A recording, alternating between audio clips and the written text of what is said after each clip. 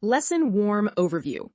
Microsoft Excel is the standard tool for spreadsheets, grids of cells that store numbers, text, and formulas. It is excellent for budgets, lists, schedules, and simple data analysis. The basics.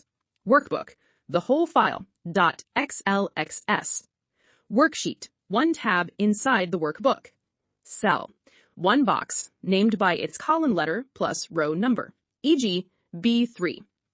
Range, a group of cells, e.g. A1 to A10. Entering data. Text in one cell, numbers in another. Press Tab to move right, Enter to move down. AutoFill, handy.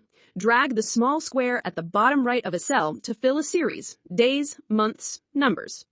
Simple formulas. All formulas start with equals. Equals A1 plus B1 adds 2 cells. Equals sum A1 to A10 adds a whole range.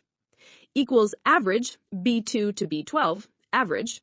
Equals max C1 to C20 highest value. Making it readable. Bold the header row. Use borders to outline a table. Format currency pound with the pound button on the home tab. Try this. Build a simple monthly budget. Column A equals item, rent, food, travel. Column B equals amount. In cell B total, use equals sum to add them up.